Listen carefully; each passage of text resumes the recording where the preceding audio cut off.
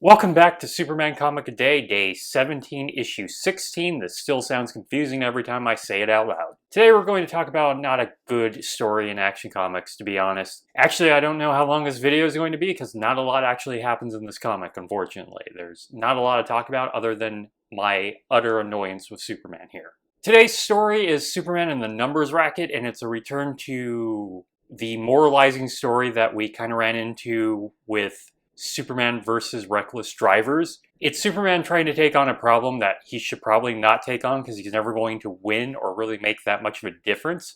Well, he can make a difference, but he's not going at it the way to make a difference. He's not trying to make things safer. He's just kind of trying to end something he can never end. And here he's trying to take care of gambling. There's a big argument over if gambling is, inherently evil. I don't have any problem with gambling per se. I just think we need to do something to protect people with unhealthy gambling addictions. Like, gambling could be fun. I don't really do it, but I'm not going to yell at other people for doing it unless they do something incredibly unhealthy with it, like lose all their money or destroy their lives. But here, Superman is just trying to end gambling for good, mostly to tell children that gambling is bad and you should never do it, which is not exactly a bad thing to tell children. I mean, it's too black and white. But there's never really much of a nuance when we tell children not to do stuff. So this comic starts off with a man about to commit suicide in the middle of the woods. Wow, that is very dark for a children's comic in the 1930s.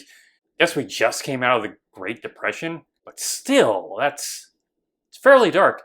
And to be honest, a lot of Superman comics will open this way. It's real weird how often a comic will open with Superman having to save someone from committing suicide. I don't know, I didn't expect that from a character who is mostly hopeful.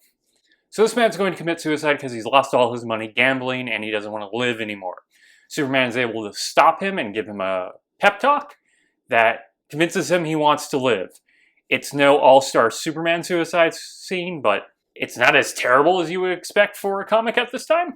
I mean, I don't think it would actually work in real life, but once again, fantasy world. And you all know who I'm talking about when I say Superman. Bright blue costume, red cape, Superman? Yeah, it's guy. So from this point on, Superman's like, well, there's going to be no gambling in Metropolis. And that wasn't a mistake. This is the first Action comic to refer to the city that Superman has been in as Metropolis. As I've mentioned before, they had not named the city, and the assumption was it was Cleveland, Ohio, because Siegel and Schuster were from Cleveland, Ohio. But we are now in Metropolis, 16 issues later, 17 if we count that one Superman story. And arguably you could have read the second Superman story in this time. I'm going to wait like another day or two. So it could have easily been 18 issues before the city was actually named Metropolis. If you want to mark that down, the first Action comic to refer to the city as Metropolis is Action Comics number 16. That is almost 20 issues. So Superman basically declares a war on gambling, and this is where the comic becomes very uninteresting because it's just 40 to 60% of the story is just Superman crashing into different gambling rackets. I don't even know what to call them. They're not even really casinos. They're being held out in people's homes or in like apartment buildings or just like an empty warehouse somewhere, and destroying things and threatening the mobster or criminal who runs it. I don't even know if it's never even brought up if gambling's all that illegal in Metropolis. He does try to get the commissioner of police to do something. The commissioner of police basically tells him off. To be fair, Superman shouldn't be telling the commissioner of police to do his job, but this is the DC universe. Hell, even in the real world, most of these people are fairly corrupt. Even in Metropolis. Commissioner, mayor, and district attorney are one of those jobs that is never very consistent of who the person is by each issue. Like, they didn't keep track of who the mayor was supposed to be.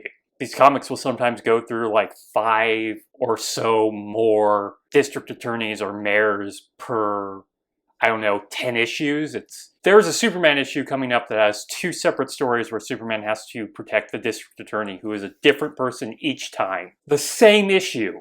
But yeah, this is most of what the comic book is he's running in, telling the guy off, destroying all the gambling equipment. If that be a roulette table or slot machines, what have you. So eventually, all the mobsters who run this stuff call the commissioner, who is on the intake, he's being bribed, and they all have a meeting somewhere, secluded. And this ends up being Superman's main idea of how to deal with things. He shows up when everyone's there. And he basically threatens them to stop and leave town. They say no, but then none of them can do anything to him because he's Superman. And come to think of it, this is very much how, like, Batman would deal with this situation. Superman's been very aggressive in a Batman sort of way in these comics. It's not what you expect from Superman. I don't even think Batman's all this aggressive at this time. So Superman picks up a deck of cards and tells everybody to draw a card, and that whoever draws the ace of spades he's going to kill unless they leave town. Every mobster runs out, including the commissioner of police. At the end, we see Clark at the Daily Star. Gambling's basically been cleaned up. It's not going to be gone, though. He's just creating power vacuums. And I guarantee gambling will be back. And when he's alone, he's playing with a deck of cards, revealing that, like, all of the cards were ace of spades. So at the end, he played one big card trick on the gamblers. There was also an idea that most of these games were crooked to begin with, so he played a crooked game. It's not a very good story. Basically a story about why gambling is bad, not really a realistic look of what gambling is bad, and is just Superman destroying gambling, which he's never going to be able to accomplish. So really, out of all the stories I've read, this is the most skippable. There have been others that are more forgettable, but I would say this one's the most skippable, and I just don't like it. Alright, so as I said, this was probably fairly short. If you enjoyed this video, please like and subscribe. Hit the bell icon to get notifications when a new video goes up. I do this Monday through Friday, and Fridays are now Bat Fridays as I tackle Detective Comics and Batman. So tomorrow I hope I'll have a little bit more to talk about. Till then, talk to you later.